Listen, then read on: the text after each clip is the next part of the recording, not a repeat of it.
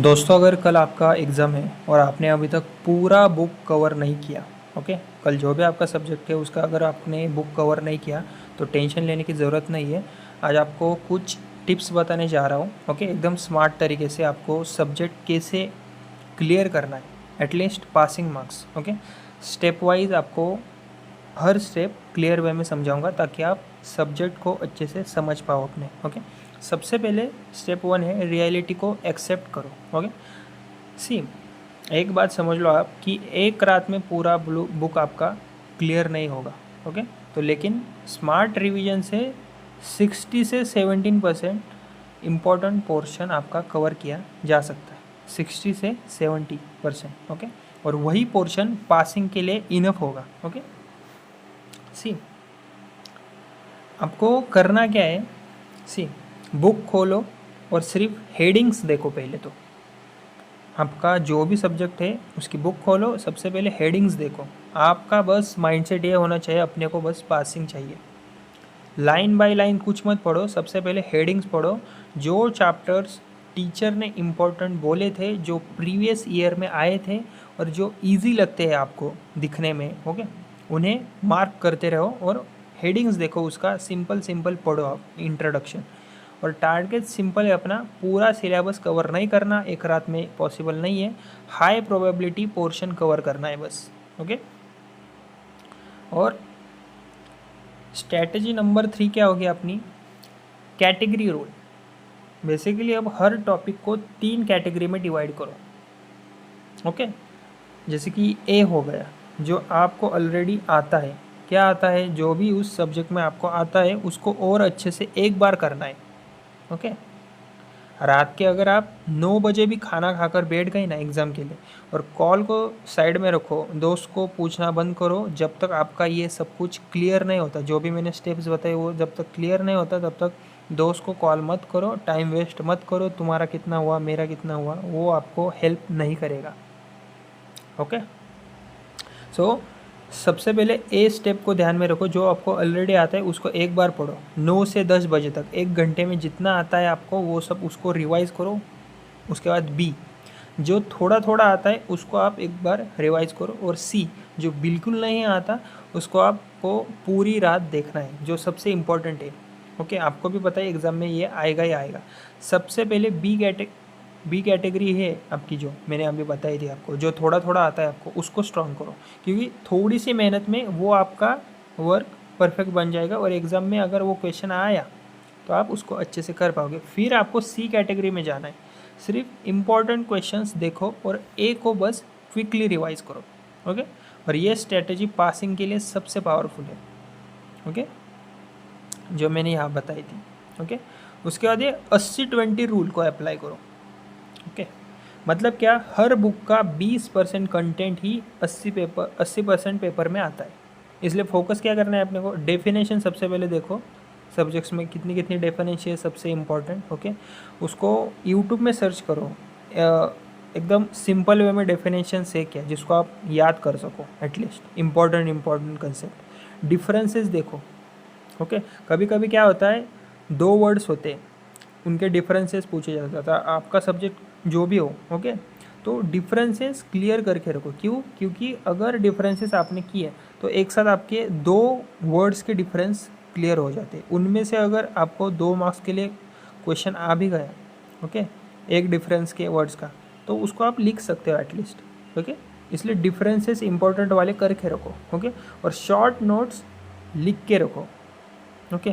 अगर आपको लग रहा है कि लिखने से एकदम टाइम वेस्ट हो जाएगा तो बस शॉर्ट नोट्स जो भी आप बुक्स में देख रहे हैं ना, उसको थोड़ा सा टिक मार के रखो। टिक मार के क्यों रखना है आपको, पूरा सिलेबस आप जो जो मैंने स्टेप्स बताए वो कवर होने के बाद आपको शॉर्ट नोट्स पे ही आना है, ओके। उसके बाद है इंपॉर्टेंट फार्मूला, जो जो आपके फार्मूलाज इंपॉर्टेंट है सब्जेक्ट में, अगर आपको सब्जेक्ट में फार्मूलाज है तो उसको भी इंपॉर्टेंट फार्मूलाज आपको करने ही करने हैं, ओके। उसके बाद है एडवांटेजेस और डिसएडवांटेजेस, जो भी मेन है वो आपको करके रखना है। उसके बाद है कीवर्ड्स। कीवर्ड्स मतलब क्या, पूरे बुक में इंपॉर्टेंट कीवर्ड्स क्या है, जो प्रीवियस ईयर में क्वेश्चन पेपर में आपको आए हैं ना बार बार, वही लेटर से रिलेटेड जो भी क्वेश्चंस हैं आपको करने हैं। ओके, एग्जामिनर को पूरा पैराग्राफ नहीं चाहिए, उसको सिर्फ कीवर्ड्स चाहिए। कीवर्ड्स मतलब क्या, अगर आप में कुछ आपको एक लाइक क्वेश्चन पूछा गया, व्हाट इज़ द डेफिनेशन और ये सब, ओके, तो अगर आपने उस सब्जेक्ट में उस टॉपिक से रिलेटेड कुछ भी पढ़ा हो ना, कुछ भी पढ़ा हो आपने, एडवांटेजेस पढ़े हो उसके, डिसएडवांटेजेस पढ़े हो, उसका फॉर्मूला पढ़ा हो, शॉर्ट नोट पढ़ा हो, वो लिख डालना है उधर ही। ओके, तो उनको बस कीवर्ड्स चाहिए इंपॉर्टेंट, वो सीधा राइट मार्क कर देंगे अगर उससे रिलेटेड आपने थोड़ा सा भी लिख दिया। ओके, ऐसा नहीं है कि आपको एडवांटेजेस पूछे हैं लेकिन आपने तो उस क्वेश्चन का सिर्फ फॉर्मूला याद रखा है, डिफरेंस याद रखा है, डेफिनेशन वो भी लिखना है आपको। ओके, उसके बाद है answer writing formula. Okay, answer writing formula, see basically हर थ्योरेटिकल आंसर को इस फॉर्मेट में लिखना है। जैसे कि सबसे पहले आपको डेफिनेशन लिखना है 2 या 3 लाइंस का, भले आपका डेफिनेशन थोड़ा सा भूल गए हो आप। ओके, ठीक से कुछ तो अपना एक लाइन में या 1.5 लाइन में लिखना है। ओके, अगर आपको क्लियर वे में आता है तो ही लिखना है, वरना फिर आपको लाइन बाय लाइन आंसर लिखना है आपका। ओके, क्योंकि अगर आपने डेफिनेशन ही गलत लिख दिया तो जो एग्जामिनर है वो चेक करते टाइम देख लेगा कि भाई इसका डेफिनेशन ही गलत है। एटलीस्ट थोड़ा सा रिलेटेबल हो वैसा अगर आए तो सबसे पहले आपको डेफिनेशन से स्टार्ट करना है, फिर आपको एक्सप्लेनेशन लिखना है 3 या 4 क्लियर पॉइंट्स के अंदर। ओके, बड़ा बड़ा 1, बड़ा बड़ा 2 लिखना है, उसके बाद आगे आपका जो भी सेंटेंस है वो क्लियर करना है। अगर पॉसिबल हो तो एग्जाम्पल भी लिखो, और अगर आता हो तो सिंपल सा डायग्राम बना कर भी एक्सप्लेन कर सकते हो, बस इतना। इस फॉर्मेट में लिखने से एवरेज से ऊपर आंसर भी अच्छे मार्क्स दे देता है। ओके, तो उसके बाद है टाइम मैनेजमेंट। सो बेसिकली अभी आपके पास क्या है, आज रात है, बस 12 से 6 पकड़ के मान लो। बेसिकली आप 6 बजे तो घर आ ही जाओगे।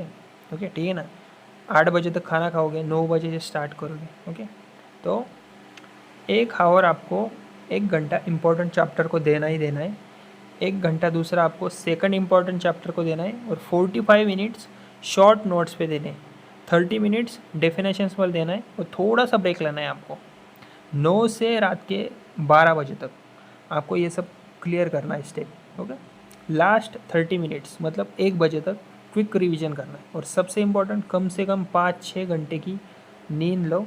ये तो मैं आपको बता रहा हूँ, लेकिन मुझे पता है 90% स्टूडेंट्स नींद नहीं लेंगे।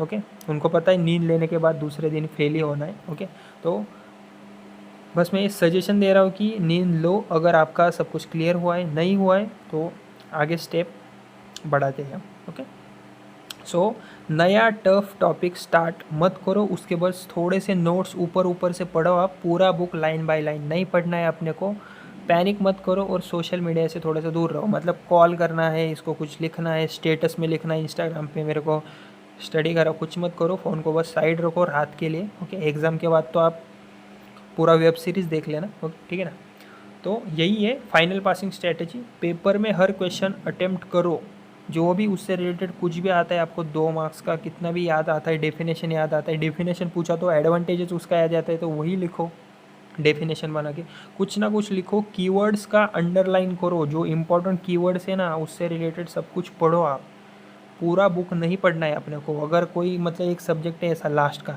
7 हो गया और 8 हो गया, ओके, एक सब्जेक्ट में लाइक 8 से 9 चैप्टर्स होते, तो 8 या फिर 9 चैप्टरों को आपने देखा ही नहीं है पूरे साल भर, तो उसको इग्नोर मारो। ओके, सुबह के 6 बजे तक या 5 बजे तक आपने सब कुछ क्लियर कर लिया, और उसके बाद आपको थोड़ा सा टाइम मिला तो 2-2.5 घंटे की तो नींद ले लो एटलीस्ट। उसके बाद आपको फिर से रिवाइज करना है, और आखिर में क्या करना है, एग्ज़ाम में पेपर देने से जाने से पहले आपको इम्पॉर्टेंट नोट्स देख लेना है।